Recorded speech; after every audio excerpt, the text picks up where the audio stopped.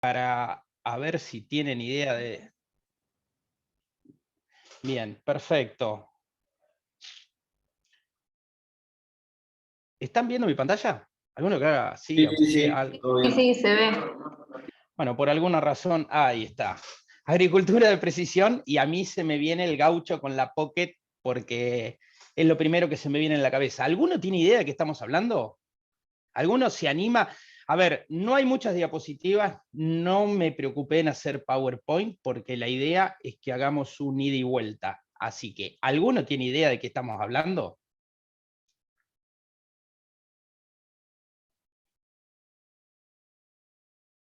¿Nadie? Miren, yo se lo voy a explicar de esta manera, para que más o menos hagamos una referencia de dónde nace esta historieta. Guerra de Vietnam, gobierno de Estados Unidos tira al espacio una red de satélites que le puso un nombre que capaz que alguna vez escucharon hablar, se llaman GPS.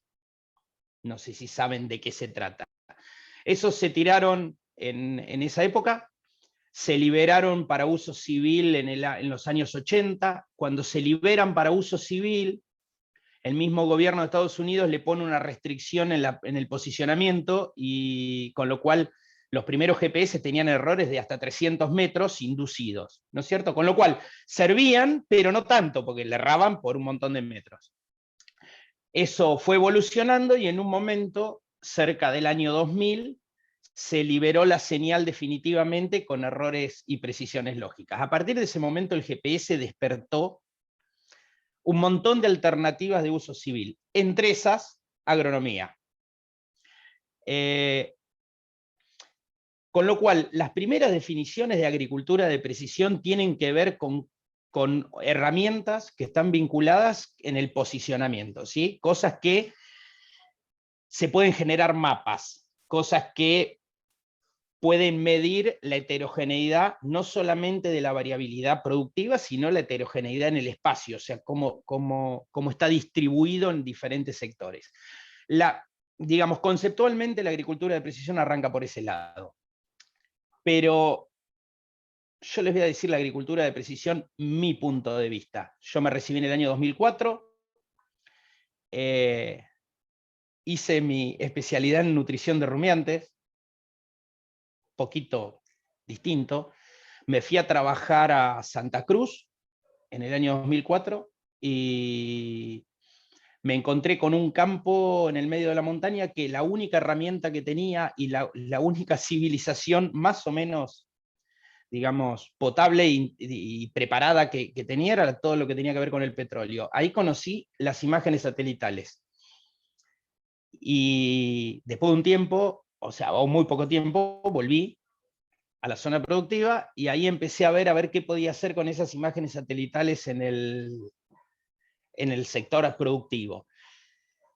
Con lo cual, para mí la agricultura de precisión, chicos, tiene que ver básicamente con esto. Porque la realidad es que yo me recibí en el 2004 pensando trabajar en ganadería y no sé qué carajo pasó hasta el día de hoy, pero me encontré con un mundo que me abrió muchísimas puertas.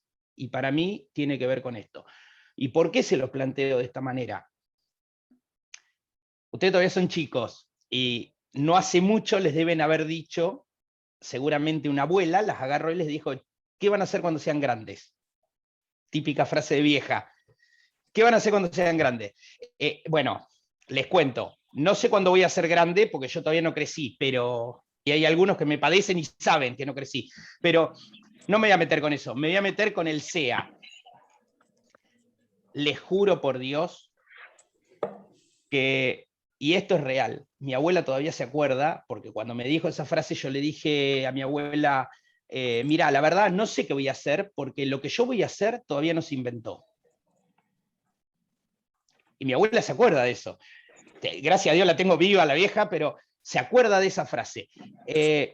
La realidad es que la agricultura de precisión es eso. Son un montón de herramientas y de tecnologías que hoy se llaman agricultura o se engloban dentro de esta palabra. Se engloban un montón de herramientas que todavía están en desarrollo, por decirlo de una manera, algunas que ya están desarrolladas, pero que todavía están en desarrollo. Entonces, toda nueva tecnología que aparece dando vuelta la meten adentro de la agricultura de precisión. ¿Sí? Y dentro de este concepto, por eso les digo, hay cosas que me las choqué en el transcurso de la profesión. Cuando uno habla de agricultura de precisión, nadie me dijo nada, pero probablemente a todos se les pone en la cabeza la dosis variable de insumos, ¿sí? Poner X semilla o X fertilizante en función de un ambiente que separaron en un potrero, y les puedo asegurar que es bastante más que eso. Les puedo asegurar que, digamos, estamos hablando de un montón de herramientas útiles que ustedes deberían empezar a desarrollar en función de porque ahora, si yo les pregunto, son todos agrónomos, ¿no es cierto? O son todos estudiantes de agronomía. Bueno, chicos, les aviso, el título dice ingeniero agrónomo, con lo cual primero tienen que ser ingeniero y después agrónomos. ¿Qué quiero decir? Tienen que usar el ingenio. La agricultura de precisión tiene un montón de herramientas nuevas, novedosas, tecnológicas, y ustedes tienen que ver cómo las empiezan a implementar. Dentro de este término se engloba todo lo que tiene que ver con equipamiento de maquinarias, se engloba todo lo que tiene que ver con herramientas sitio-específicas. Sitio-específicas son todo esto de dosis variable, o de variación de insumos por ambientes, y tiene que ver todo lo que tenga que ver con imágenes satelitales.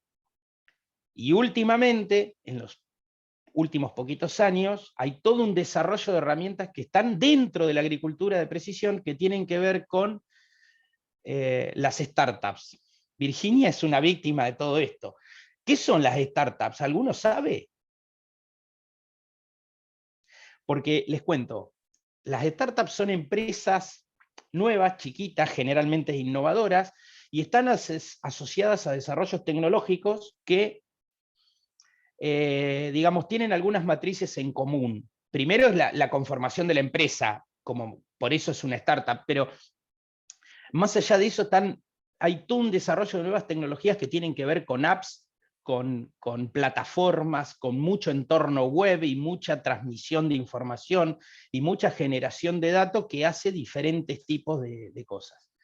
O sea, hoy por hoy el desarrollo más importante que está teniendo viene por ese camino, viene por ese lado, y ahí hay un montón de herramientas dando vuelta. Dicho esto, yo quiero que ustedes empiecen a generar el intercambio y a ver para qué lado llevamos esta charla.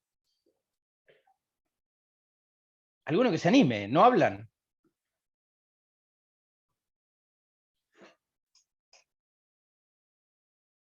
Cri, cri, cri, cri.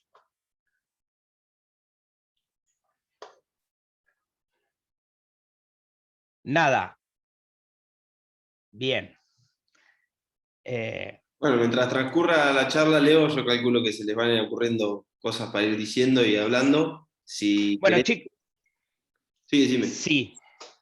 No, yo creo que, a ver, digamos, como línea de trabajo, la más importante, la más desarrollada, la que más tiempo tiene en el mercado dando vuelta, en Argentina las primeras pruebas las hicimos en el año 2004, todavía no había equipamiento, y eso fue evolucionando, y hoy hay equipos para hacer este tipo de cosas. Tienen que ver con algo que se lo voy a mostrar en una diapositiva, que es buenísima. Es una campaña vieja, no importa, la podemos actualizar y sigue dando lo mismo. No sé si tienen idea de qué es esto, pero sí les voy a decir. La Secretaría de Agricultura de la Nación todos los años hace lo que se llaman estimaciones agrícolas y dice, digamos, cuánto produce cada región, ¿sí? Si ustedes se fijan, en trigo, el partido que más produce por hectárea, me mata la ventanita porque la tengo justa puesta ahí. El partido que más produce por hectárea es General Arenales, o si quieren, Alberti. Para los que no conocen, eso es zona núcleo, suelos clase 1 rojas, cerquita de Pergamino, ¿sí? Promedio 4.100 kilos por hectárea. Esa es la zona que más produce. Y la zona que menos produce, Villarino, Patagones, ¿sí? Más o menos según la estadística de este momento, 1.600 kilos por hectárea. ¿Sí? Conocen todo donde queda Villarino y Patagones. Ahora, yo les pregunto como futuros agrónomos, ¿la tecnología que se aplica en Villarino, en Patagones o en Rojas es la misma? Los manejos de nutrientes, los manejos de herbicida, las rotaciones, ¿se imaginan que es la misma? No. Fantástico.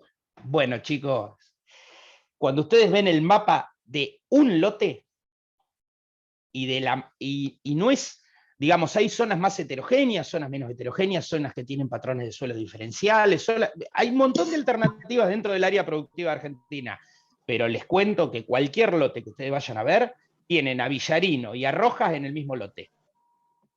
Entonces, si a Villarino le vamos a hacer un manejo técnico y a Rojas le vamos a hacer un manejo técnico, no entiendo por qué a un lote que tiene Villarino y Rojas en 300 metros de distancia, no hacemos los planteos técnicos correspondientes a cada uno.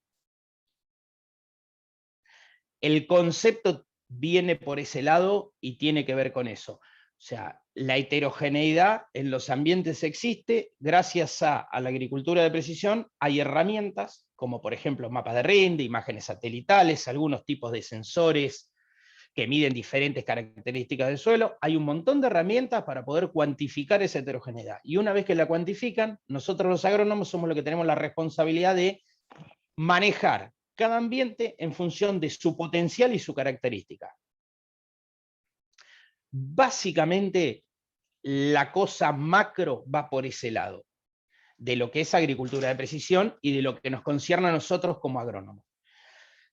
Paralelo a esto, hay todo un área de desarrollo que acompaña este tipo de heterogeneidad, porque nosotros podemos medirla, podemos saber que existe, pero tenemos que poder manejarla, y para manejarla necesitamos equipamiento que puedan hacer lo que nosotros pretendemos que haga la maquinaria. ¿Sí? Y entonces, si vamos a hacer el manejo de Rojas y de Patagones en un lote como este que estoy mostrando, tenemos que tener una máquina que pueda cambiar de Rojas a Patagones mientras que va haciendo la labor. Y para eso hay todo un desarrollo de herramientas y tecnologías para dosar a las máquinas agrícolas, algunas hoy ya vienen casi todas de fábrica, preparadas para hacer este tipo de cosas. No sé si, digamos, por una cuestión de tiempos, de lo que puede durar esta conversación, por una cuestión de tiempos, entrar en detalles de esto, digamos, cómo se llega a esta información y demás, hay todo un protocolo de trabajo para poder llegar a tener esto disponible para cargárselo al tractor, y hay todo un protocolo de trabajo y todo un mecanismo y todo un montón de herramientas que ustedes son los que se tienen que preparar para manejarlas.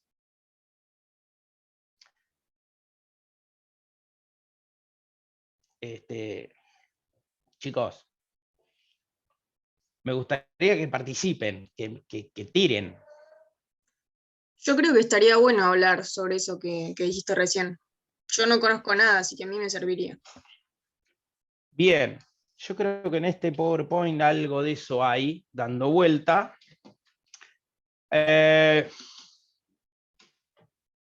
Mirá, bien, para caracterizar ambientes, digamos, si la idea es hacer un manejo de dosis variables, ¿sí?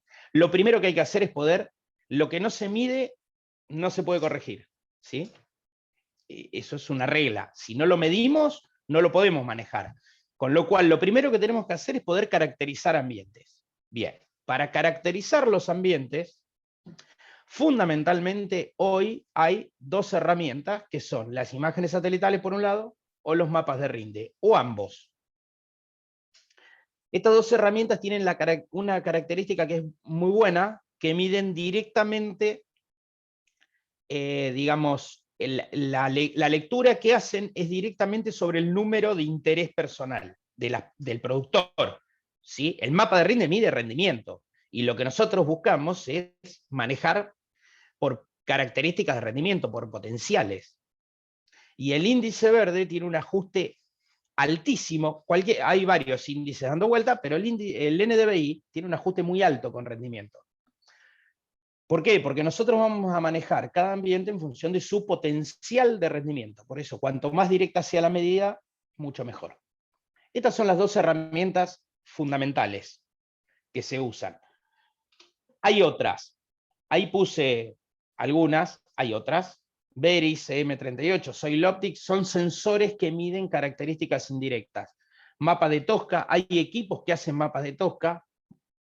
Hay otras alternativas que pueden medir la heterogeneidad. Hay zonas donde la altimetría, los mapas dependientes de terreno, me refiero, son herramientas importantes. ¿Sí? Pero no me voy a meter en detalle. Lo importante es que sepamos que hay un montón de herramientas que se usan para medir. Después, todos esos mapas o esos datos de ambientes o de productividad puntuales, porque son puntuales, un mapa de rinde es de ese año, de ese cultivo y de esas características. ¿Sí? Una vez que se tiene eso, a ver que acá había algo. Una vez que se tiene eso, lo que se hace es correr un modelo estadístico. ¿Sí? ¿Qué significa? Imagínenlo de esta manera. Si ustedes tienen un mapa de rendimiento o una imagen satelital de un trigo de noviembre, porque buscan en la imagen satelital el periodo crítico, o el mapa de rinde va a ser de diciembre de enero de este año. ¿Sí? Está condicionado primero por el cultivo que tiene encima y segundo por el manejo que tuvo ese cultivo. Con lo cual, si me dice que el área buena es este lugar y a su vez ese lugar es un X% mejor que la media, está condicionado a ese manejo y a ese cultivo. ¿Sí? Si yo proyecto que el cultivo siguiente, el área buena va a ser la misma y a su vez va a rendir el mismo porcentaje por encima de la media que me rindió el cultivo que estoy analizando, estoy cayendo en un error. No sé si se entiende. No dispersa rendimiento igual un trigo, una cebada, que un maíz. ¿Sí? Aparte son otros ciclos y aparte tiene sus características particulares de manejo. Entonces, ¿cómo se logra tener un buen mapa de ambientes? Poniendo un montón de capas de información y corriendo un modelo de geoestadística. Hay programas que hacen esto, ¿no? Uno, cuanto mayor sea la cantidad de información que pone, mucho más confiable es el mapa que resulta. Porque ¿cuál es la idea? Primero, encontrar las áreas, saber cuál área es mejor y cuál área es peor. Primero hay que encontrarlas. Y una vez que las encontrás, tenés que tener certeza de que todos los años se cumple el requisito de que si vos decís que es mejor, para todos los años y todas las condiciones y todo lo cultivo tiene que ser mejor. Y lo otro que tenés que saber es cuán mejor es. Y poder cuantificar esa mejoría, porque en función de esa cuantificación es el manejo. ¿Sí? Si uno tiene, imagínense un número cualquiera, pero uno tiene un promedio de rendimiento y un área mejor rinde tanto más que la media, ustedes plantean un manejo para ese potencial de rendimiento. Cuanto más certeros sean en saber cuál es el potencial, más certeros van a ser en el manejo que le van a aplicar. ¿Soy claro? Estoy hablándole como un montón de marionetas, me hacen así. ¿Se entiende? Entonces es importante, primero, juntar toda la información que se pueda, la mayor cantidad posible, digamos en órdenes de calidad, primero mapas de rendimiento, segundo imágenes satelitales y después de ahí atrás pueden venir un montón de otros sensores. Toda esa información, correr un modelo estadístico y en función del modelo logramos un mapa promedio de todas las campañas, de todos los datos que se usaron. ¿Qué pasa con ese mapa? Ahí tenemos certeza que lo bueno es bueno y lo malo es malo, porque para que sea bueno tiene que haber sido bueno siempre. Y para que sea malo tiene que haber sido malo siempre. Y lo que una vez fue bueno y otra vez fue malo no va a caer ni en bueno ni en malo, va a caer en promedio. Y ahí tenemos todas las otras alternativas. ¿Perdón? Che, ¿qué iremos a comer? A ver, vos, Bache, que estás acá al pedo. Para mí 2 de jamón y queso. Claro. Disculpa, Leo, ahí lo silencié. Está bien, está bien. ¿Cómo es? Bueno, el tema es tener certeza. Una vez que tenemos certeza de lo que estamos logrando, parte de los modelos estadísticos, hay algo clave que tenemos que hacer, y es ir al campo con el mapa. Ahí hay una foto de una Pocket PC, HP, estamos hablando de eso. Eso no sé si habían nacido ustedes cuando usábamos esa porquería. Hoy tenemos aplicaciones en el teléfono que andan bastante mejor, pero clave, una vez que se logra ese mapa de ambientes, clave es ir al campo. ¿Por qué? Porque además de tener el dato estadístico y saber fehacientemente qué es mejor y cuán mejor es, necesitan poder ir a hacer un pocito, ver el perfil, ver qué es lo que hay, y en función de eso poder planificar el manejo. Porque acá hay algo que no lo dije y se les puede llegar a ocurrir en la cabeza. Ustedes tienen un lote delimitado por el alambrado, un cuadrado. Ese cuadrado tiene zonas que son mejores y zonas que son peores. Pero toda la vida se manejó igual de punta a punta. Muchas veces las características que hacen que una sola sea mejor y una sola sea peor, muchas veces, o la mayoría de las veces, son características no manejables por nosotros. ¿Sí? Generalmente, un ambiente bueno o un ambiente malo está relacionado a la potencialidad que tiene ese ambiente en almacenar agua y dársela al cultivo. Todas las características de heterogeneidad trabajan sobre el potencial de almacenar agua que tienen para la disponibilidad del cultivo. Todas. La profundidad, la tosca, la pendiente, todas. El contenido de arcilla, depende del lugar, hay un montón de cosas. Salinidad, todas trabajan sobre el contenido de agua. Pero hay algunas características, pocas, pero algunas, que no tienen, digamos, que son características que nosotros podemos manejar y podemos convertir un ambiente.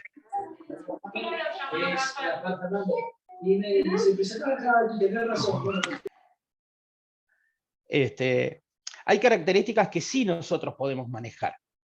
Y les comento el caso.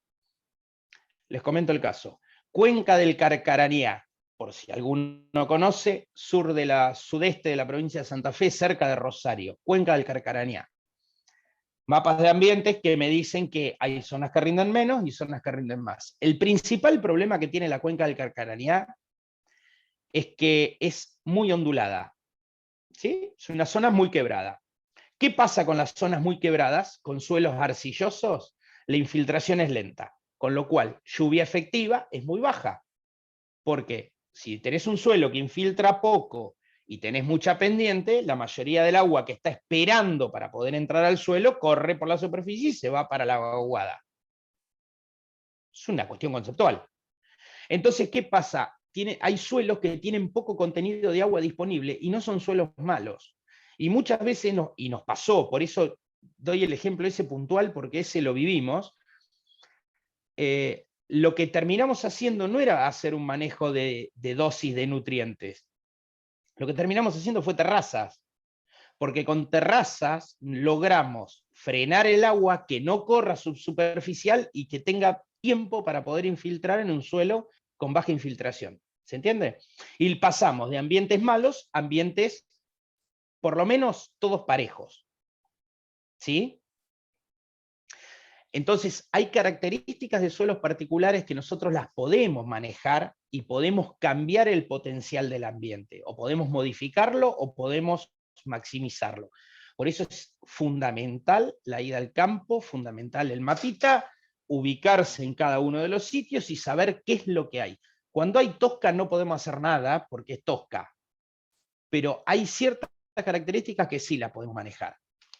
De hecho, hay mucho en la zona, ustedes que están cerca de Bahía, hay mucho en la zona de ambientes malos por una seguidilla de muchísimos años de embalezamiento de raigras. Y el problema es el raigras, no el suelo. ¿Se entiende? Entonces, las idas al campo son claves en este punto para poder cuantificar y en función de eso empezar a definir alguna estrategia de manejo. Y bueno, Y después de eso es manejo.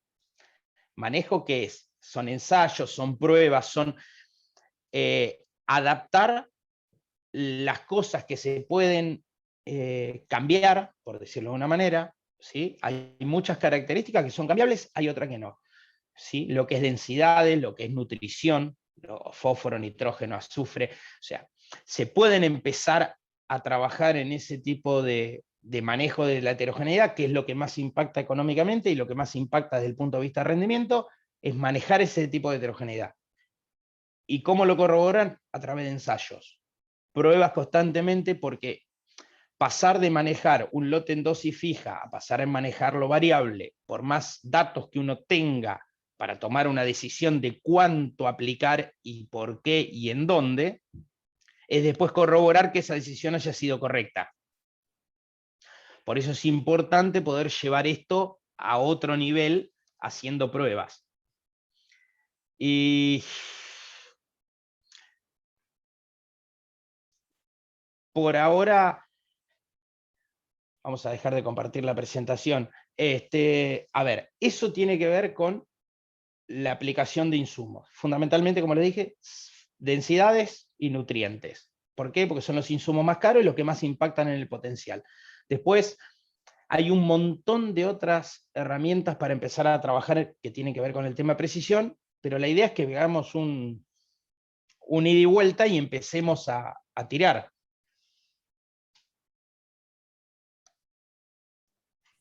Entonces, para la siembra de precisión, primero tenemos que tener un mapeo de rendimiento y un mapeo de suelo, para después saber cuánto vamos a sembrar en cada zona o también fertilizar.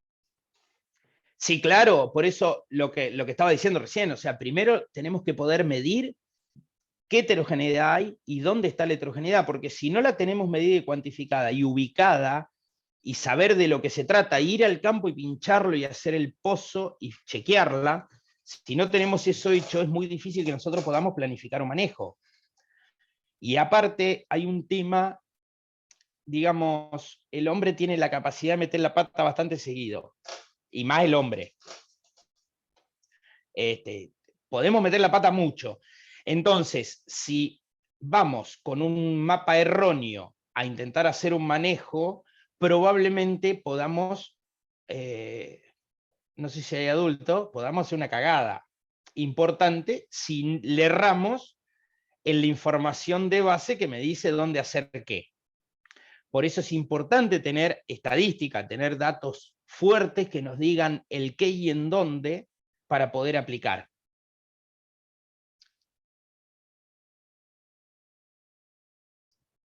Esa cantidad, perdón, esa cantidad de datos que se necesitan para, por ejemplo, para un partido, para un monitoreo de un partido, o sea, un mapa de rendimiento, por ejemplo, si yo voy, no sé, al INTA y tengo un mapa de rendimiento de ahí, del INTA, lo bajo, voy al campo y miro y veo que mi lote no es nada que ver al mapa de rendimiento que está puesto ahí. ¿Cuántas muestras sean necesarias para ver si en realidad eso que está puesto ahí se correlaciona con lo que yo tengo en el lote? A ver, ¿me podrías redondear un poco? Porque no te termino de entender. Primero, el INTA no tiene mapas de rendimiento. No, porque... yo di un ejemplo, ¿no? Más o menos, alguna institución que tenga un mapa de rendimiento, digamos, para descargar así, o para yo ver. Pero yo voy después a mi campo que está en esa zona y veo que mi lote, o la mayoría de los lotes que yo tengo en el campo, no se correlaciona con lo que está diciendo ahí, ese mapa de rendimiento. ¿Cuántas muestras se usan o se valida, como vos decís, para ver si ese mapa de rendimiento en realidad funciona o se podría llegar a usar más adelante? O en mi campo, es un ejemplo. Bueno, sí, dijiste varias cosas que está bueno aclararlas. Los mapas de rendimiento son propiedad, acá hay un tema, son propiedad del dueño del cultivo. Viene la cosechadora tiene un equipo, ese equipo va mapeando, va guardando información y uno descarga la información, esa información es del dueño del campo, digamos, del dueño de la cementera. Después, si esa información no se correlaciona con la realidad que hay en el lote, o con la realidad de suelos que hay en el lote, pueden pasar un montón de cosas. Primero, el equipo necesita calibración, puesta a punto, estar en condiciones, o sea, que no tenga los sensores colgando, ¿sí? Tiene que estar en un estado de utilización lógico. Segundo, tiene que estar calibrado. Si el equipo está entero, funcionando y está bien calibrado, la información que da es fidedigna. Si el equipo dice eso, es eso lo que hay ahí. Ahora, si eso que hay ahí no se correlaciona con los suelos que hay en el lote, el problema lo tuviste con el manejo. O sea, hay alguna característica de manejo que vos hiciste que digamos que le forzaste al ambiente a que tenga un comportamiento diferente al que debería tener naturalmente. ¿Sí? Pero eso tiene que ver con manejo. La realidad es que un mapa de rinde de una cosechadora que está entera y que está bien calibrado, generalmente se condiciona con el lote. Punto. Ahora, la otra parte de la pregunta. Vos me dijiste, ¿cuántos datos necesitas? Mira, la realidad es esta. Vos necesitas la mínima, digamos, ¿por qué la mínima? Por una cuestión de velocidad de entrar en la tecnología. Vos necesitas la mínima cantidad de datos que te representen lo que está pasando en cada lote. ¿Sí? ¿Qué significa eso? Que la información que uno saca de ahí sea la realidad del lote. O sea, que la loma sea la loma, que el bajo sea el bajo, que la arcilla sea la arcilla, que la tosca esté en la tosca, y que encuentre cada uno de esos patrones y los ubique y los cuantifique. ¿Por qué te digo la mínima? Porque cuanto menos información tenés, digamos, o necesitas, más rápido entras a la tecnología. Si vos querés entrar con mapas de rendimiento, cada cosecha es un mapa de rendimiento. Y vos decís, yo necesito 10 mapas de rendimiento, listo, dentro de 10 años charlamos. Pues hasta dentro de 10 años no vas a hacer dosis variable porque no vas a tener la información. Por eso, la mínima para poder entrar con datos confiables, pero la mayor cantidad de datos posibles. O sea, yo tengo casos de mapas de rendimiento desde las primeras case. El primer monitor de rendimiento que entró a Argentina venía en la 2388, la case, con un equipo, yo le hablaba del GPS, con un equipo para corregir el error inducido por los militares en el GPS, con un equipo que valía una fortuna, valía como la máquina, para corregir ese error. En el año 96 entró a Argentina, los primeros mapas de rinde son del 97, 98. Yo tengo gente con mapas de rinde desde ahí, y hay gente que hoy no tiene mapas de rinde.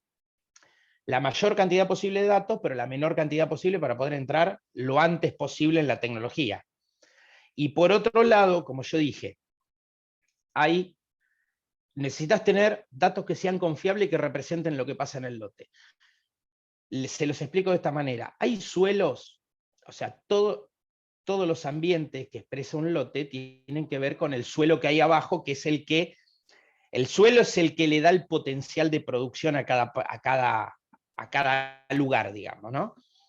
Hay características en los suelos que son más notables y más fieles en la expresión del potencial de producción, y hay características que son menos. ¿Qué quiero decir? Si vamos a La Pampa, ¿sí? Provincia Catriló, suelos muy ondulados, con mucha arena, con médanos. Los médanos son, digamos, tienen bajo potencial de producción, siempre el cultivo que sea, de la manera que sea, hagan lo que hagan, y ustedes pueden mandarse las 1001 macanas técnicas, digamos, de manejo, que el médano sigue siendo médano, y cada mapa que bajan es un médano. Entonces, en esos lugares, muchas veces con un solo mapa de rinde, lográs ambientar un lote sin ningún tipo de problema. Y te vas a Aparicio, zona conocida por varios. Te vas a Aparicio, suelos planos, así. La diferencia que tienen los suelos de Aparicio es el B textural, que a veces está a 25, a veces está a 28, a veces está a 30, a veces está a 32.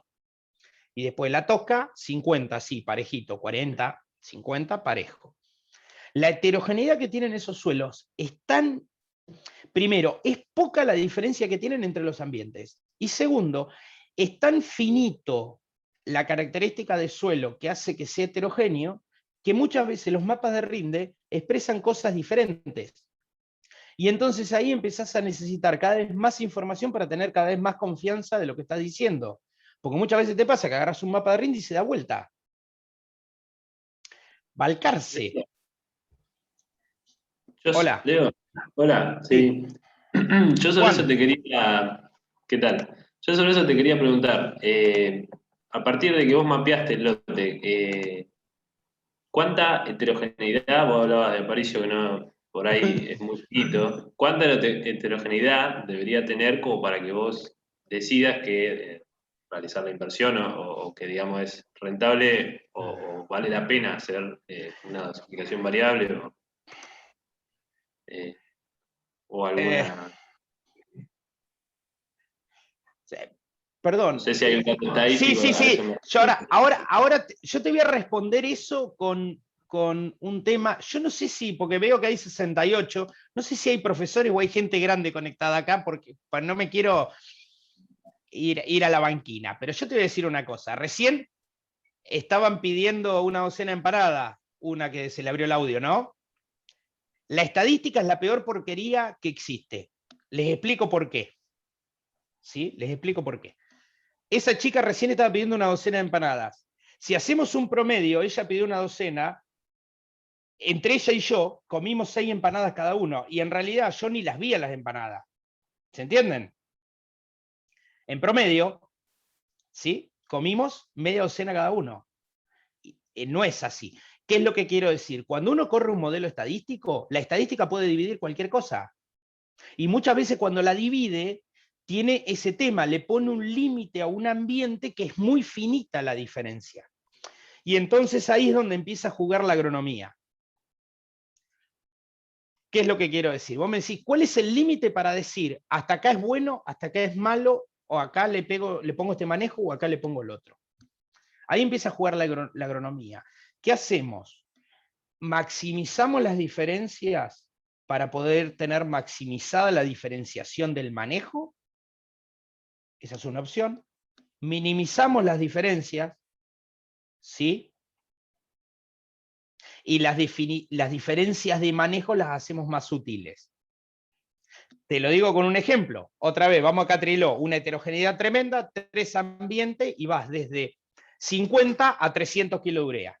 Aparicio, 3 ambientes, podés ir de 150 a 180 kg de urea. ¿Qué hice? La misma cantidad de ambientes, pero le achiqué la distancia entre nutrientes. O puedo agarrar y puedo hacer en Aparicio 3 ambientes mucho más chiquititos, pero bien seleccionados, las puntas, y hacer una diferenciación de nutrientes bien amplia. Pero por eso ahí empieza a jugar la agronomía. Ahí tenés que ir al campo, hacer el pocito, cuantificar y decir hasta dónde te moves en el manejo que le vas a implementar. No hay un límite. Hay muchas veces que hay lotes que cuando los analizás te das cuenta de que no es necesario variar nada. Y me ha pasado muchísimas veces. Y no es necesario, y no es necesario. Y hay lotes que podés variar un poquitito, y hay lotes que podés variar más. Y hay lotes que podés separar más cantidad de ambientes. Pero ahí juega mucho la decisión agronómica y el manejo, y también empieza a pesar un montón, porque acá nosotros estamos hablando como agrónomos que tenemos a disponibilidad toda la tecnología. Porque después empezamos a jugar con qué máquina hay disponible, qué es lo que hace, qué es lo que no puede hacer, cada equipo, cada computadora, cada máquina, y empezamos a trabajar en eso, pero por eso, como agrónomos, nosotros tenemos que poder decir qué podemos manejar y cómo. ¿Se entiende? Pero es una decisión eso, no es una regla. Bien. Leo, yo tengo otra pregunta. Sí. En el caso que nombraste recién, por ahí mencionaste que venías haciendo el mapa de rendimiento y se podía cambiarse completamente. en esa situación, ¿qué harías, digamos? ¿Lo esperás como un año o a ver si se repite o volvés a hacer como arrancar de cero, digamos? Mirá, mapas de rendimiento, hoy por hoy, yo creo que es una herramienta que no pueden dejar de tener. ¿Sí? Es una regla. Hoy no concibo que vaya una cosechadora que no tenga un equipo que esté andando y que esté calibrado y que ande bien y que me baje la información, porque esa información me sirve para un montón de cosas, para esto o para otras. Conceptualmente, ¿sí? No concibo una cosecha si no tiene un mapa de rendimiento. O sea, para mí es parte de la máquina, es como la rueda, lo mismo, el motor. Ahora, muchas veces te pasa que bajas mapas de rendimiento y te encontrás con problemas que no anduvo, que se descalibró, que lo que fuera. Y no sirve. Para entrar en este tipo de tecnologías, yo no esperaría un año. ¿Por qué? Porque desde hace 2016 salió al espacio una constelación que se llama Sentinel, que la deben conocer, algunos la deben haber escuchado hablar, se llaman Sentinel. Estos satélites tienen una calidad y de datos y una calidad en varios sentidos muy lograda, y la información que dan es espectacular. Con lo cual hoy se puede analizar con la misma calidad que analizás con mapas de rendimiento con imágenes satelitales. Lo único que hay que tener bien en la cabeza, digamos, conocer bien que cuando analizás con imágenes satelitales, los valores de la estadística, de las diferenciaciones de ambiente, son en relación al NDVI y no al rendimiento real. Con lo cual hay que saber bien, muy bien cómo manejás los números, la cuantificación de la estadística, pero no el mapa.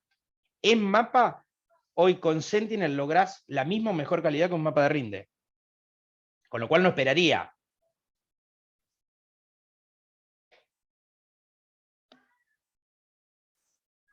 Bien, gracias.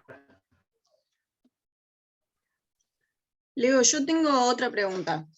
¿Vos considerás que vale la pena implementar la agricultura de precisión en zonas como Bahía Blanca o Villarino, que vos decís que tienen bajo rendimiento? O sea, ¿en qué porcentaje crees vos que incrementaría el rendimiento usando la agricultura de precisión acá? No les molesta que tome mate, ¿no? No, no. Bueno, mira, hoy le comentaba a Matías eso. No quiero caer, porque después me agarran como el presidente y me hacen memes, y seguro si digo una burrada, ¿no? Pero no quiero caer en esa pavada, pero yo te lo voy a decir de esta manera. La aplicación de tecnología, todo el mundo la asocia y de toda la tecnología, no tiene que ver con precisión, tiene que ver con todo, con el híbrido más caro de maíz, con el agroquímico más caro, con el herbicida más caro, no importa, con toda la tecnología siempre están asociadas a las mejores zonas, o a las zonas con más potencial, o a las zonas que, digamos, producen más porque tienen más capacidad de pagar ese tipo de tecnología. La realidad que el impacto más grande que uno puede generar con implementación de tecnología, siempre el impacto es mucho más grande en cuanto la zona sea más marginal. De hecho, el desarrollo de... Yo empecé a trabajar en precisión a mediados del 2004, con imágenes satelitales, eso fue avanzando en un montón de cosas, yo empecé a trabajar ahí. Durante años, mi zona de movimiento en estos temas fue La Pampa, Salta, Santiago del Estero, o sea, zonas totalmente extrapampeanas. ¿Por qué? Porque el impacto en la tecnología es mucho más alto en ese tipo de ambientes. Después jugaremos si lo que rinde Villarino con lo que rinde Villarino lo podemos mejorar con agricultura de precisión o no. Lo que sí vamos a mejorar muchísimo el número y el manejo, porque vamos a poner los insumos que corresponden al partido de Villarino. Y en el lugar que corresponden, y con la magnitud, en la fecha, y reorganizando todo en función de tener información. O sea, no sé si fui claro. Sí, No sí, fue exactamente el mismo entendí. ejemplo que di hoy a la tarde, pero evité el meme. ¿Otro?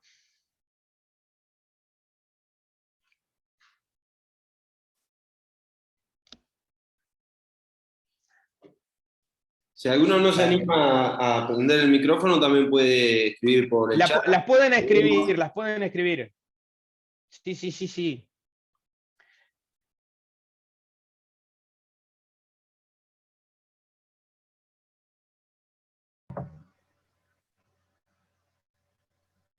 Leo, por ahí, si no hay otra, pregunto yo. Sí. ¿Cuál consideras por ahí vos que es el cultivo que mejor se adapte? ¿Hay algún cultivo que mejor se adapte a realizar un mapa de rendimiento, que sea como más estable, digamos? Bien. Buena pregunta. Muy buena pregunta. Les explico por qué. Digamos, los cultivos que más expresan... a ver, te lo explico así. Los cultivos más estables para lograr un buen mapa de rendimiento, en realidad un buen mapa de rendimiento es lo que no quiere tener el productor, les aviso. El productor quiere tener un mapa de rendimiento que sea todo, que rinda de punta a punta lo mismo, que sea una tablita espectacular. Nosotros cuando queremos medir la heterogeneidad, lo que yo quiero ver es que sea... ¿Por qué? Porque yo ahí puedo encontrar bien cada lugar, cada cosa, cada situación y qué es lo que pasa en cada situación. ¿Sí? ¿Cuáles son los cultivos que más expresan eso? Lo que más necesidad tienen de extracción, de agua y de nutrientes. Digamos, la reina de la fiesta es el maíz, porque es el cultivo que más toma agua y más consume nutrientes, y a su vez es una planta C4 que está en un ciclo, digamos que está en el verano, que es el periodo del año con mayor demanda atmosférica. Con lo cual, el maíz es la estrella. Como el maíz es la estrella, lo que nos va a pasar es lo siguiente, que los cultivos tienen diferente respuesta al ambiente. Yo no sé si alguna vez, me imagino que en alguna cátedra vieron algún ensayo de respuesta a algo. Con las curvas de respuesta aumentan la dosis de N y va rindiendo más lo que sea. Bueno, esa respuesta la podemos medir al suelo. Cuando yo tengo, por ejemplo, en la pampa, a medida que bajo el porcentaje de arena, cuánto más rinde un cultivo. A medida que, no sé, aumento, que tengo más profundidad la tosca en Aparicio, rinde más el cultivo. O sea, un ensayo de respuesta al suelo. Si uno hace un ensayo de respuesta al suelo, el cultivo que más respuesta tiene es el maíz. O sea, el maíz puede, de hecho se ve en los mapas de rendimiento, puede triplicar o cuadruplicar el rendimiento de la zona mala a la buena, dentro de un lote.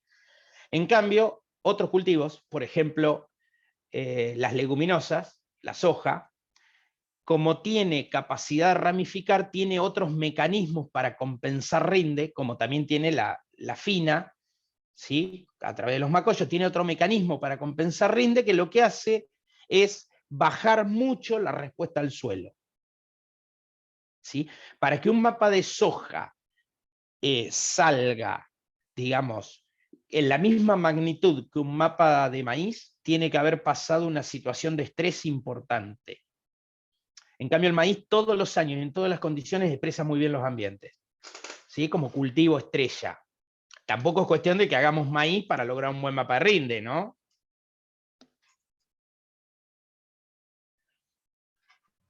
Pero sí es importante, pero sí es muy importante que sepan y conozcan cómo son las respuestas al suelo de los diferentes cultivos. Tienen que saber que la cebada es el cultivo que menos respuesta tiene al suelo, el más parejo.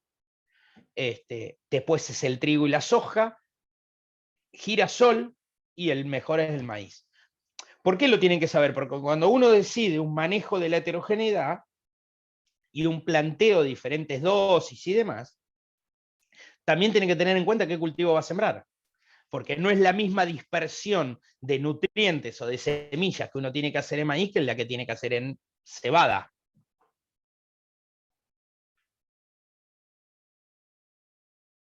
¿Alguien más había hablado?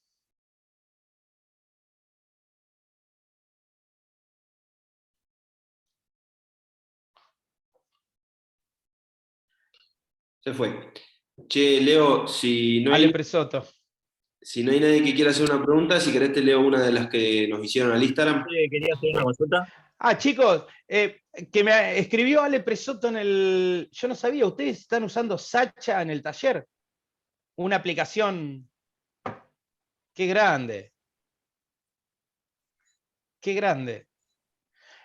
Lo que hoy hablaba de las startups y de las apps como herramientas de precisión, bueno, ese fue un desarrollo. Fíjense que el creador, mándele saludos.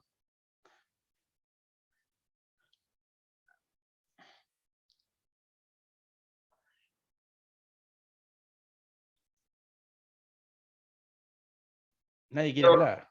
Leo, ¿me escuchás? Sí, perfecto. Ah, recién no salía el sonido. Que no, te decía que si no hay preguntas, capaz que ahora le surge alguna otra, te leo alguna de las que nos hicieron al Instagram. Dale.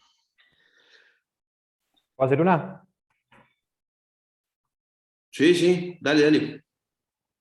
¿Qué costos tiene hacer estos mapas de rendimiento y de suelo?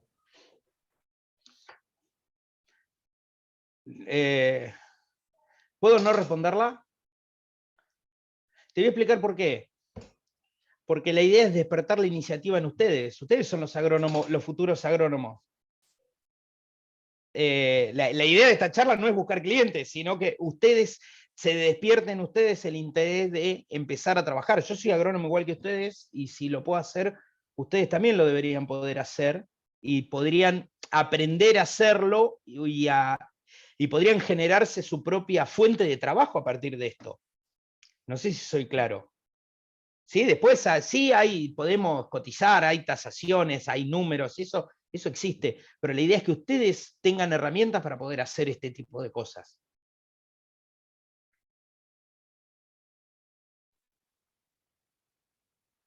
Está bien. Yo tengo una pregunta relacionada con la de recién. No sé, ustedes tienen más experiencia.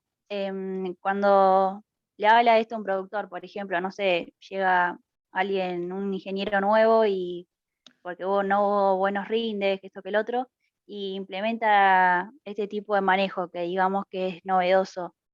No sé si cuesta que el productor confíe o lo ve como inalcanzable, o por ahí que tiene que invertir mucho.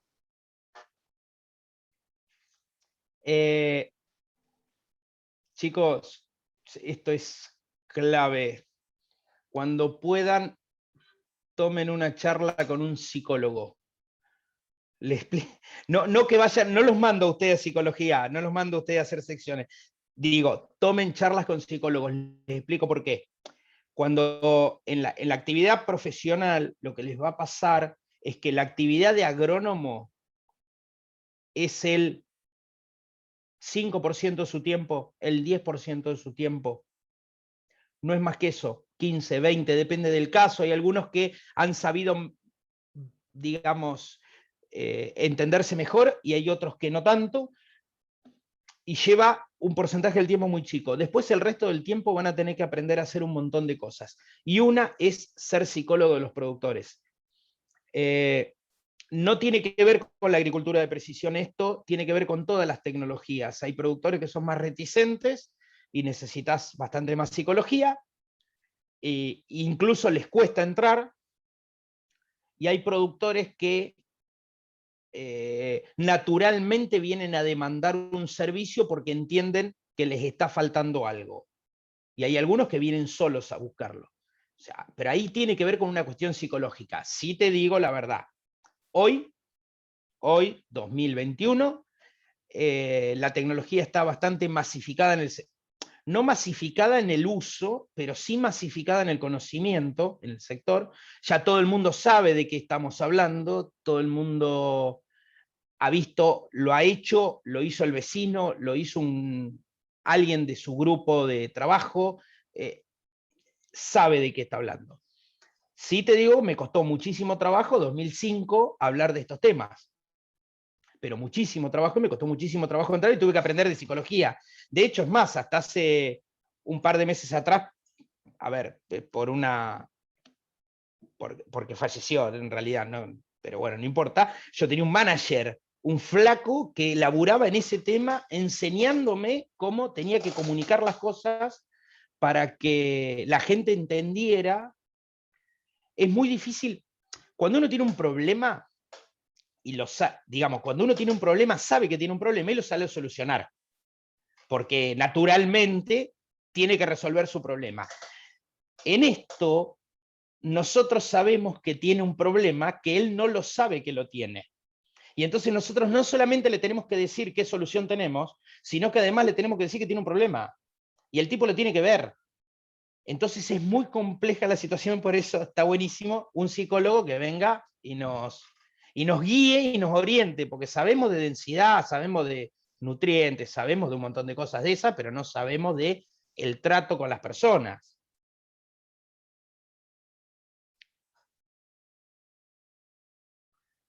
Gracias.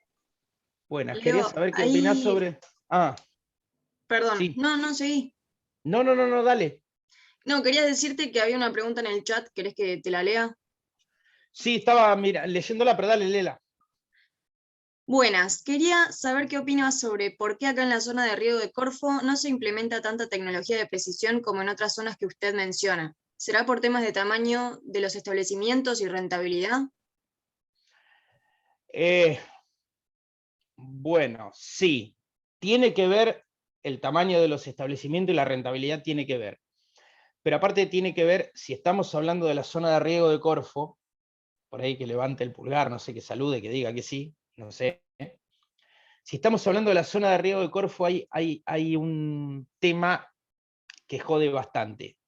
Yo les decía, medir la heterogeneidad para poder manejarla, en realidad lo que estamos viendo son patrones de suelo diferenciados y tienen una ocurrencia, digamos, una forma, cuando uno ve el mapa, caprichosa en función de cómo la naturaleza y la génesis de suelo generó cada cosa en cada sitio, ¿no es cierto?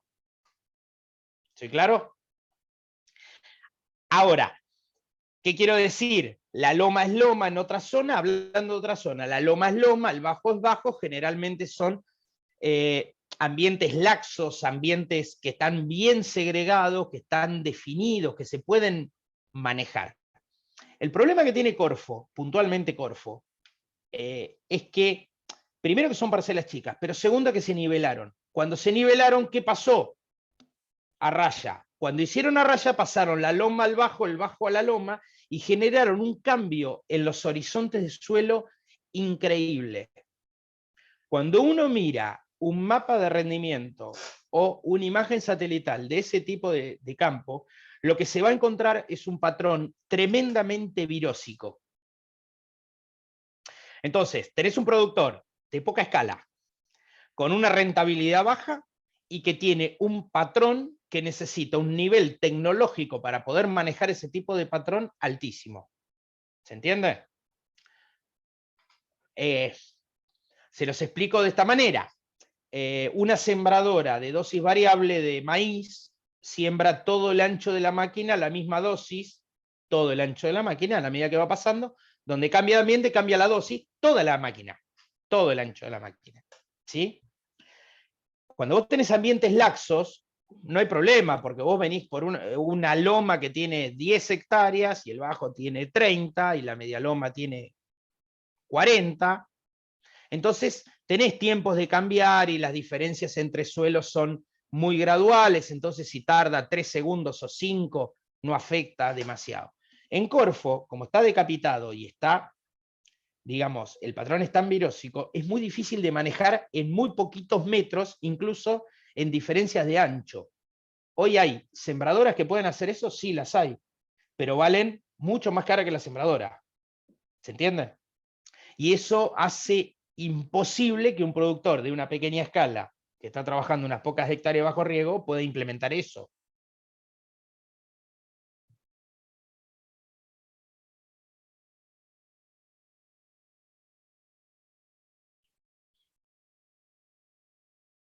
Ahí te puso en el chat que se entendió y que gracias. Bárbaro.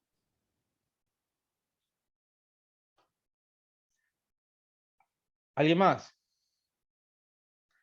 Matías, lee lo que había en el Instagram. Dale, ahí te leo.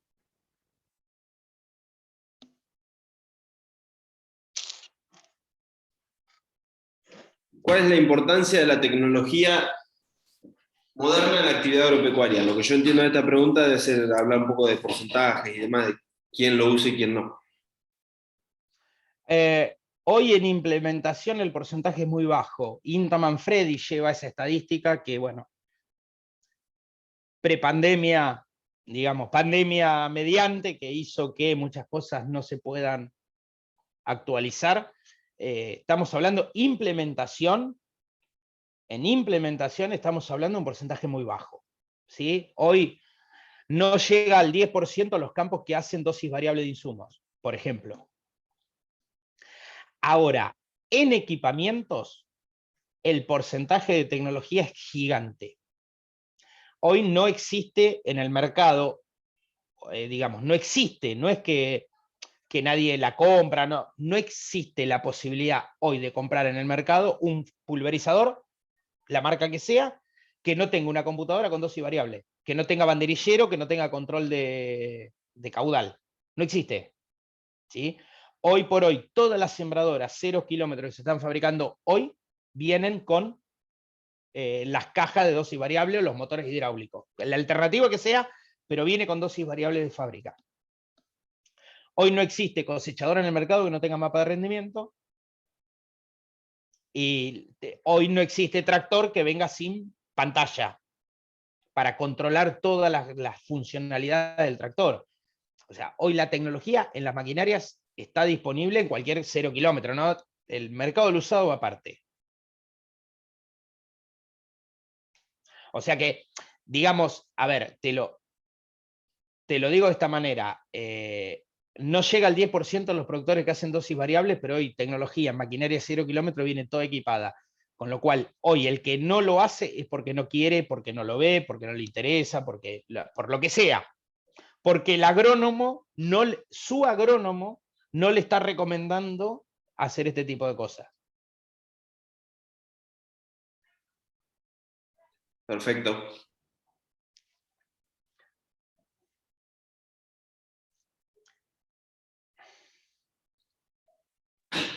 ¿Alguien más que tenga alguna pregunta para hacer? Yo hoy, cuando hice esta pregunta, hablé arriba de alguien sin querer, que no sé si quiere hacer la pregunta que iba a hacer. Hola, ¿se escucha? Perfecto. Te quería consultar si sabés, o sea, de algún lugar o vos si conocés a alguien que haga capacitaciones sobre este tema, o algún curso o algo de eso.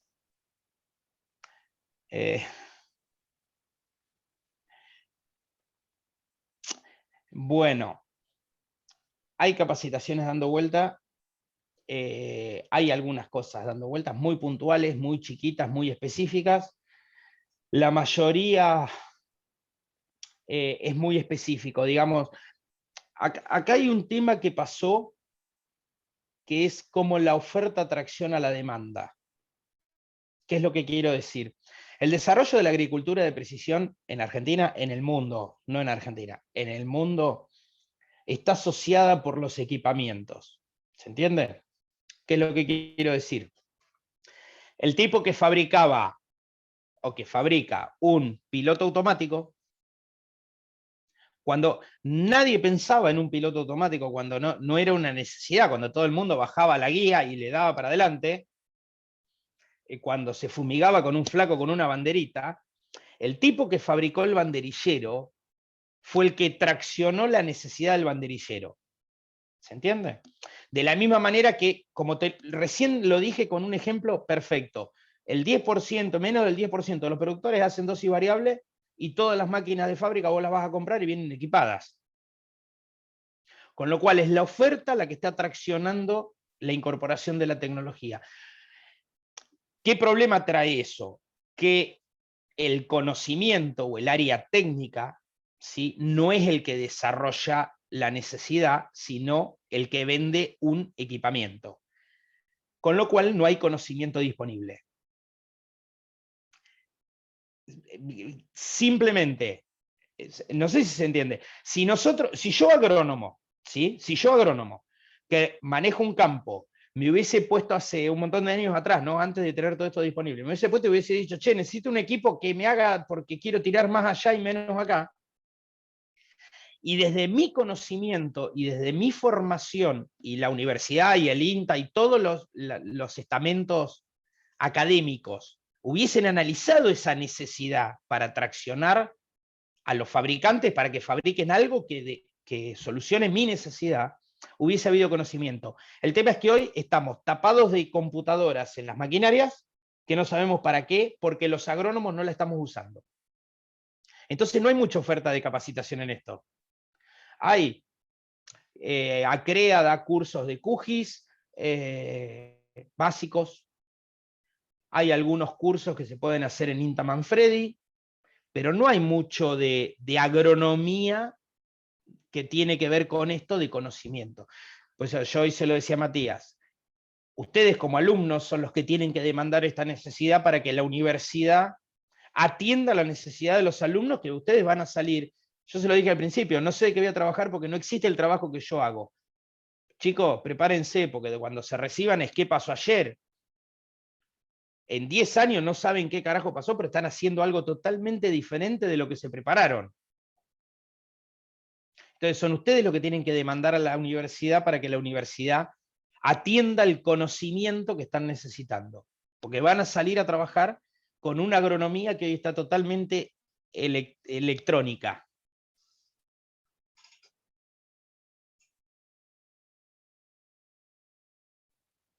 Perfecto, gracias.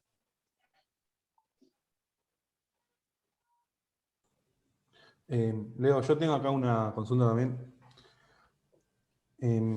¿Esta tecnología también se puede llegar a adaptar para cultivos intensivos? Sí, sí. Y ahí, otra vez, ustedes tienen que trabajar. Yo lo que les estoy diciendo, yo lo que les estoy intentando decir desde el principio, no sé si estoy teniendo éxito, es que hay un montón de tecnología disponible que la meten toda en la bolsa de que es agricultura de precisión. Hay un montón de tecnología disponible y uno lo que tiene que lograr hacer es cómo implementa esa tecnología y le genera una utilidad y un desarrollo a lo que uno está produciendo. Sí, hay mucho trabajo hecho en cultivos intensivos. Cultivos intensivos es la madre de las tecnologías de drones que están dentro de todo este área de trabajo, por ejemplo, porque los drones se adaptan por un montón de características a lo que es cultivos intensivos, y hay muchas otras tecnologías que se adaptan a eso. Son ustedes los que tienen que encontrar de qué manera empiezan a usar la información y lo que hay en su trabajo diario el día que se reciban.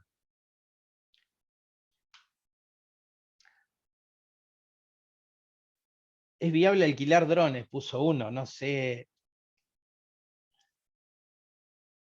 Si paga bien, le alquilamos.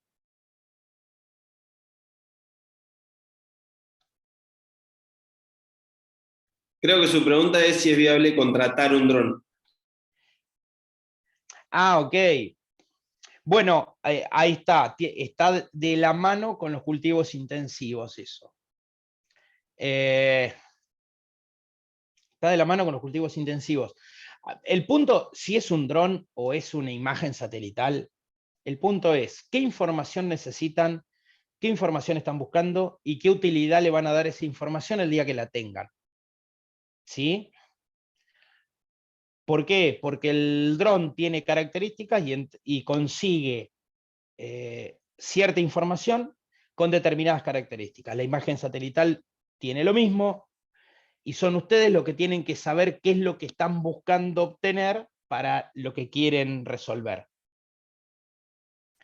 Yo me peleo con varias hemos tenido largas discusiones en INTA Manfredi, que es la madre de la agricultura de precisión, con este tema. O sea, la agricultura de precisión para mí es un medio, no es el fin.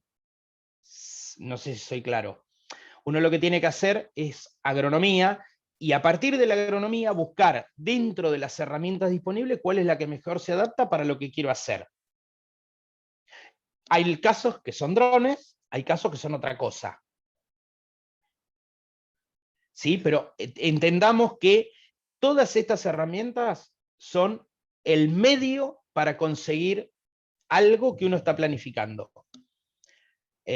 Muchas empresas esto lo toman como el fin y facturan sobre las cosas que hacen sin importar qué pasa después a partir de esa información.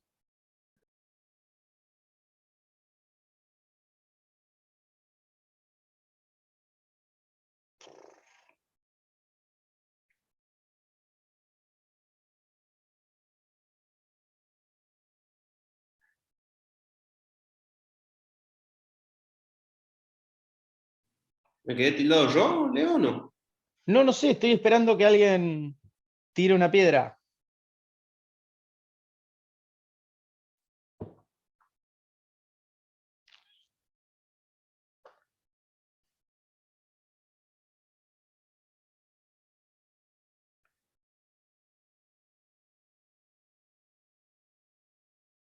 ¿No hay más preguntas? Leo, yo con eso de los drones que estaba hablando, no sé mi percepción, pero ha quedado bastante en desuso, ¿no? El tema de los drones, digamos, por la facilidad de una imagen satelital, ya porque no vale la pena. Lo que pasa con los drones, digamos, en cultivos intensivos estamos hablando de otra cosa, por escala, por nivel, digamos, de detalle que uno necesita, para cultivos intensivos. Para cultivos extensivos, el dron tiene varias contras. Primero es cuánta área puede cubrir en un día de trabajo. ¿Sí? ¿De cuánta información me hago? Claro. Segundo, ¿qué día de trabajo? Porque el dron depende de luz, depende de viento, depende de algunas características climáticas que hacen que no puedas volar. Con lo cual la capacidad de juntar información que tiene el dron es muy baja.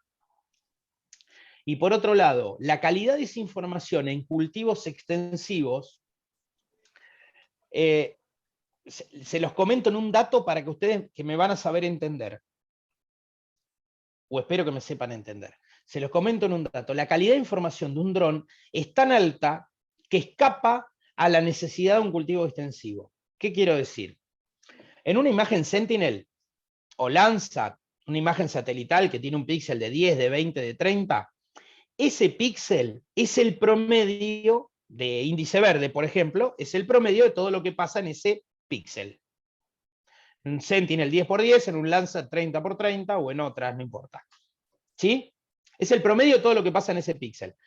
Y ese píxel lo vas comparando con todo el resto de los píxeles del lote y vos vas teniendo qué píxel es mejor y qué píxel, o qué área es mejor, qué área es peor. ¿Soy claro? Ahora, la diferencia entre lo bueno y lo malo tiene que ver con 10x10. Y en 10x10 tenés, en una sembradora 52 de maíz, tenés 20 surcos de maíz, evaluándolos. ¿Se entiende? Y la diferencia de NDVI es la que corresponde al lote. Ahora, cuando uno evalúa un píxel de un dron en un maíz, ¿alguno tiene dron? ¿Alguno ha volado? ¿Alguno ha hecho algo de esto? Matías, ¿con qué píxel trabajás? ¿No sabés? No, ni idea. Bueno, depende de la altura de vuelo, pero un lote más o menos lo volamos entre 40 y 60 metros de altura, y con esa altura estamos logrando píxeles de abajo de 1 centímetro de píxel. Entonces, ¿qué te pasa? Fíjense esto, ¿qué pasa? Como tengo píxeles de menos de 1 centímetro, yo estoy mirando la planta de maíz, miro la hoja de lleno, tengo píxeles que me van a dar en el medio de la hoja, píxeles que me van a dar mitad hoja y mitad otra cosa, no sé, mirando para abajo, y tengo píxeles que me van a dar en el entresurco. Entonces, la diferencia que yo tenía con la imagen satelital, otra vez, entre el ambiente bueno y el ambiente malo con una imagen satelital, es mucho más, por más heterogéneo que sea el lote, esa diferencia es mucho más chica que la diferencia que tengo entre la hoja y el suelo del entresurco. Con lo cual miran una imagen de NDVI de un dron y lo que van a ver son todas rayitas y no les va a poder identificar el ambiente bueno y el ambiente malo, porque lo que va a ver es súper verde la hoja y 0 en el suelo. Entonces empiezan a, en vez de ver un mapa con la parte buena y la parte mala, lo que van a ver es un montón de rayas de verde blanco o verdes, digamos, 1-0, 1-0, 1-0. Entonces te pasás tanto de datos que la cagás, para decirlo en lenguaje entendible. ¿Sí? Entonces, en cultivos extensivos lo que nosotros hemos encontrado es eso, que empezás a ver que el exceso de información te empieza a generar un montón de errores que no son buenos. Y terminás cayendo con la imagen satelital, que sentado en tu casa tomando mate, la bajás, el satélite pasa, está nublado, hay sol, no importa, pasa, y cada tanto manoteás una buena y lo haces sentado en tu casa. Y hoy gratuito. Entonces, es por eso que el dron se ha ido, digamos, para el lado de los intensivos y se ha ido para el lado de algún otro tipo de información que tiene que ver más con geología, altimetrías, mapeos, para otro tipo de cosas. Mapeos me refiero catastrales, de mensuras.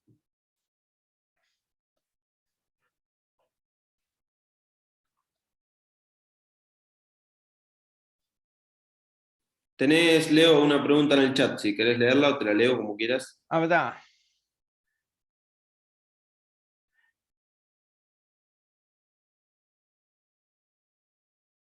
A ver, cuando se comienza a realizar un asesoramiento en este tema, se arranca realizando dosis variable directamente de semillas, o primero se va variando el fertilizante y en un próximo análisis se aplica dosis variable de semilla.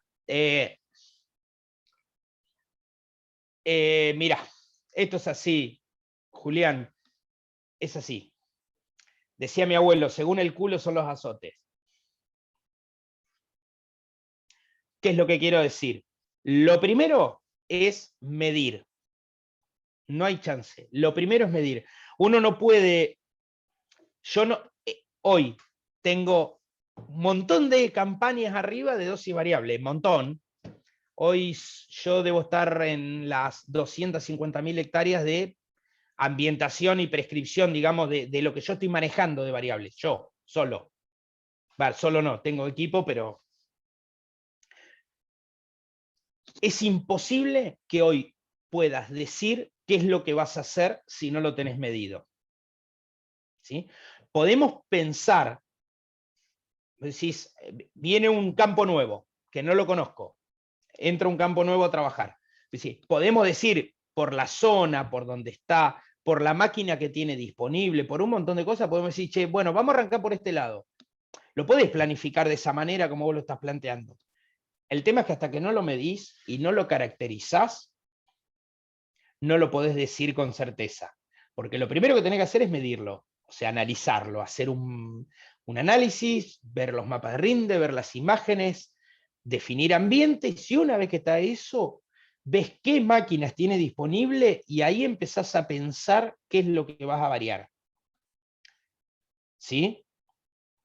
Porque alguien tenga una sembradora de maíz con precision planting, no vamos a salir a hacer variable de maíz si no lo medimos primero, porque tenga la tecnología puesta en su máquina.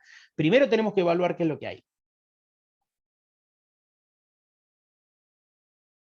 Y por otro lado, un comentario que sí tiene bastante, como regla, digamos, si uno tiene que definir algo de esto, sí, les comento experiencia en esto.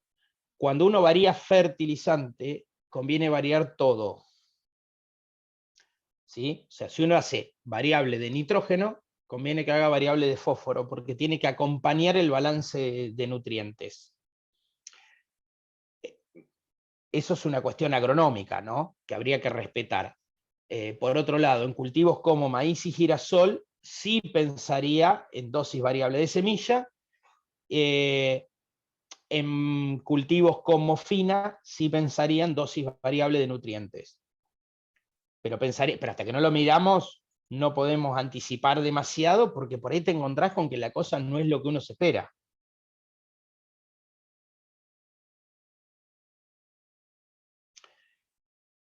Bueno, ahí, Pedro, ¿hay alguna página o aplicación para poder ver fotos satelitales actuales gratuitas? Sí, hay varias. Globis.usgs, eso es de la NASA. Ahí van a poder ver varios satélites. Mirá cómo se pone para anotar, es buenísimo. Globis con B corta, .usgs, o lo busco en la otra computadora bien para decirles el nombre exacto del de Sentinel.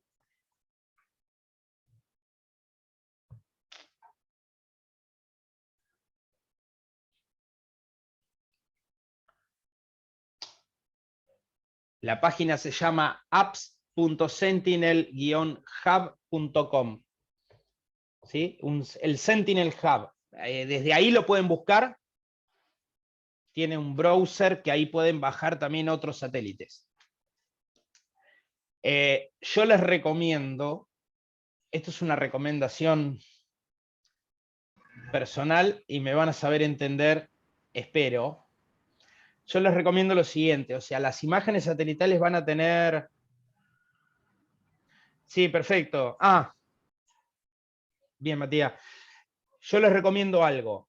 O sea, para que algunos sabe qué es la imagen satelital, más allá del satélite, el dibujito, la fotito, sí. ¿Alguno sabe de verdad qué es adentro? ¿Qué tiene?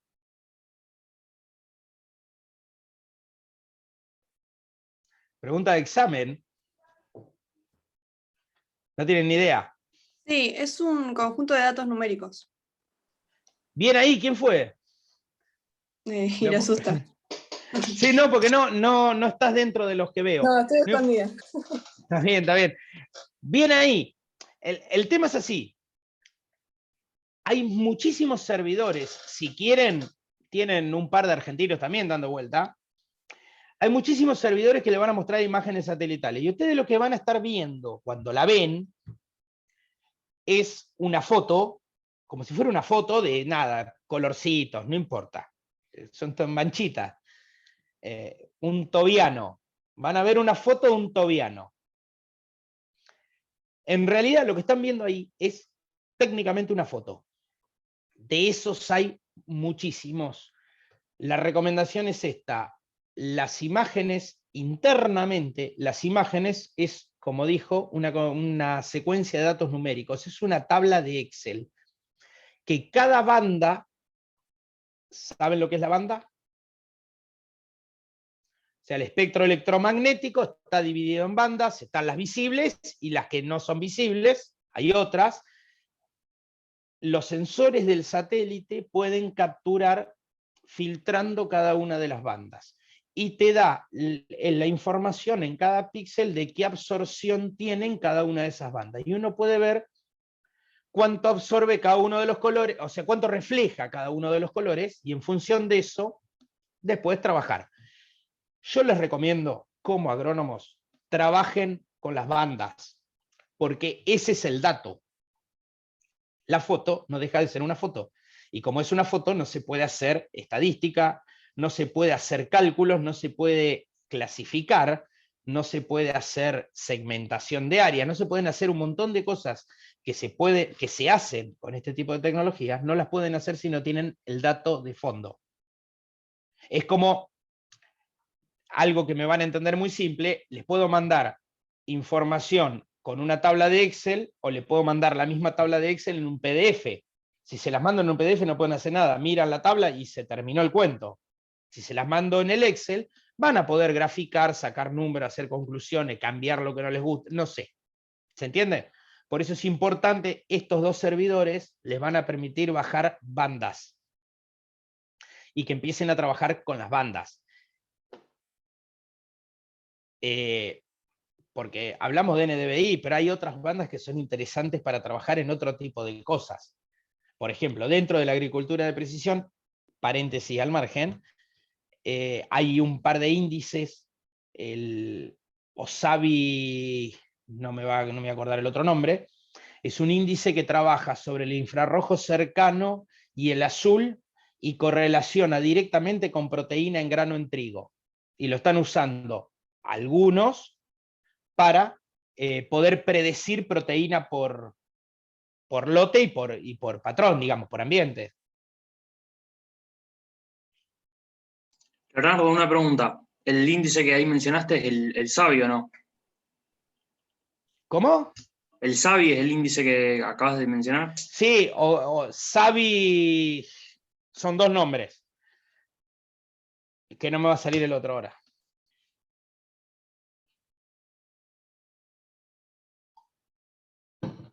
No, yo SABI conocía uno nomás, no sabía que había dos.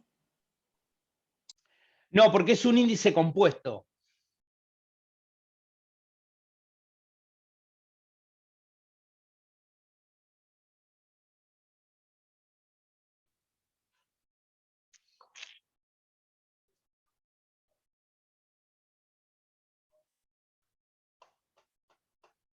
¿Alguno más que tenga alguna consulta para hacer?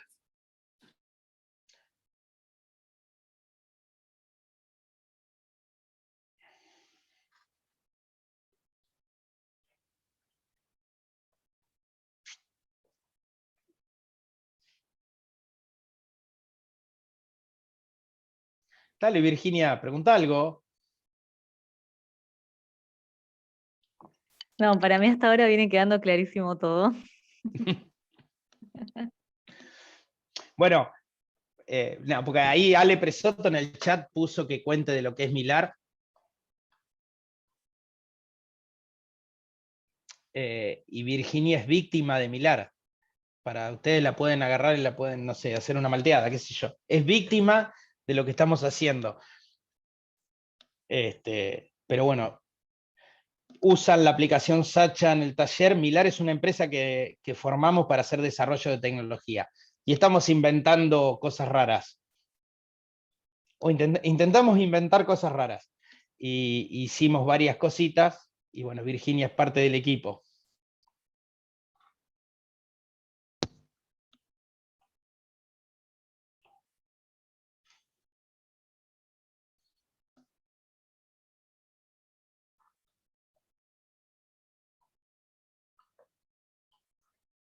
¿Algo más?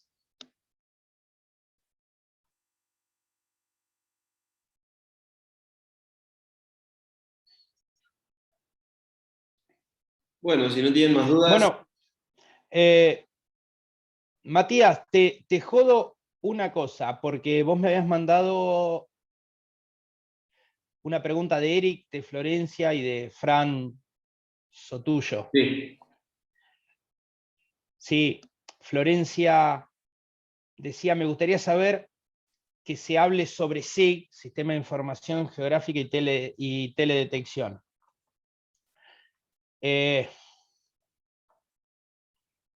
A ver, ¿todos saben lo que es SIG? ¿Tienen idea?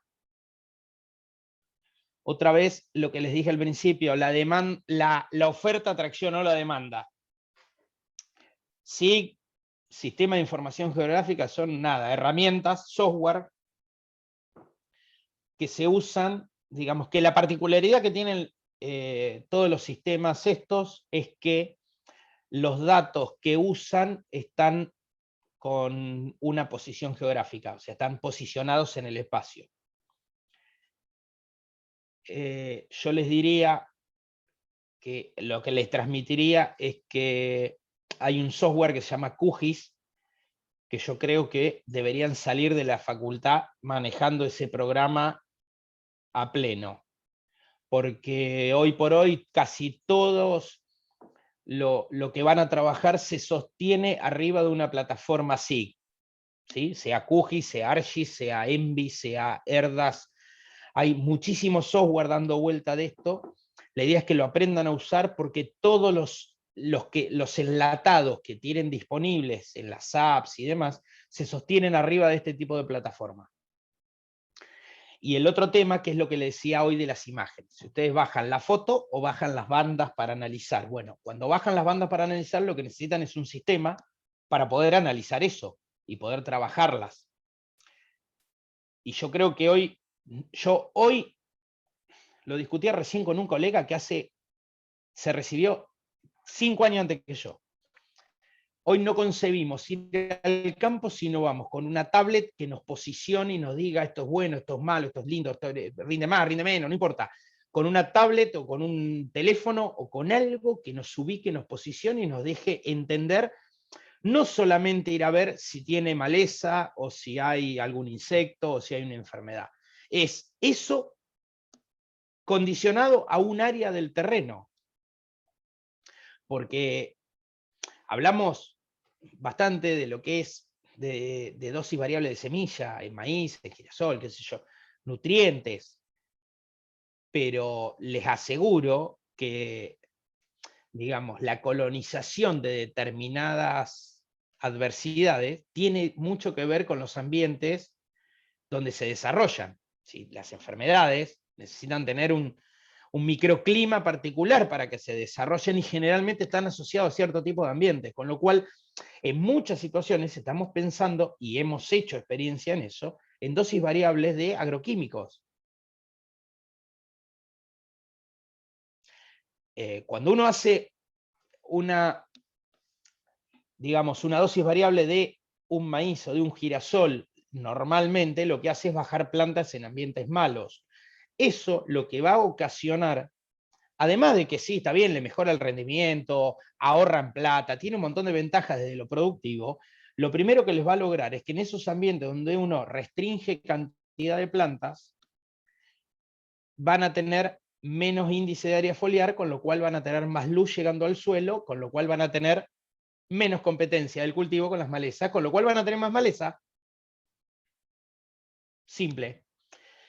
Y no es loco pensar en una dosis variable de herbicida, porque no tiene sentido, donde el cultivo hace una buena competencia y controla las malezas él mismo por competencia, no tiene sentido, digamos, tiene sentido empezar a manejar herbicidas de otra manera.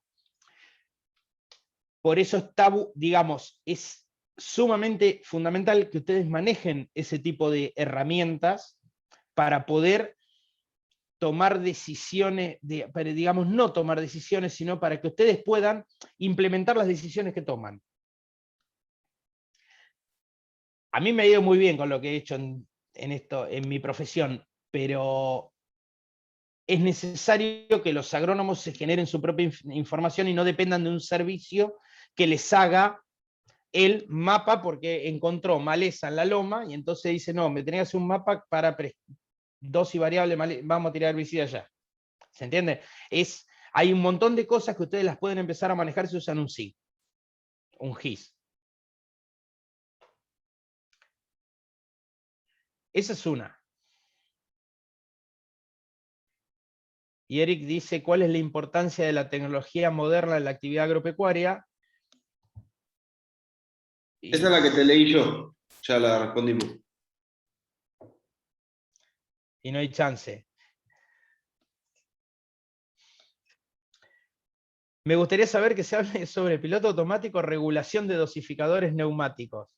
Fran.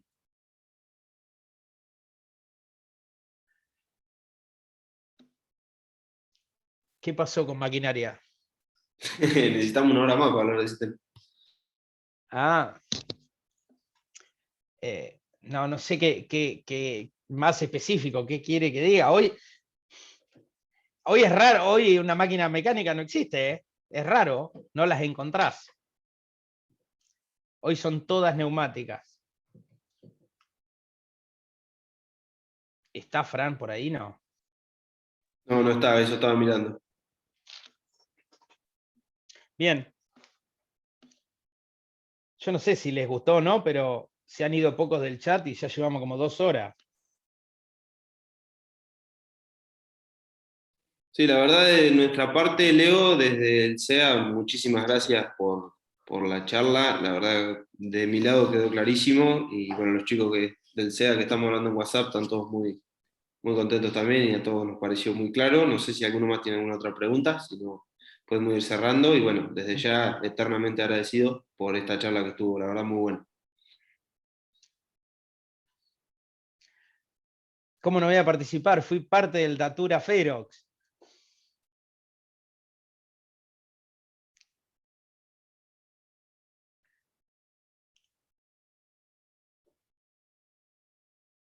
Los dejaste sin dudas. Viste, tan claro que no tienen más preguntas, mirá.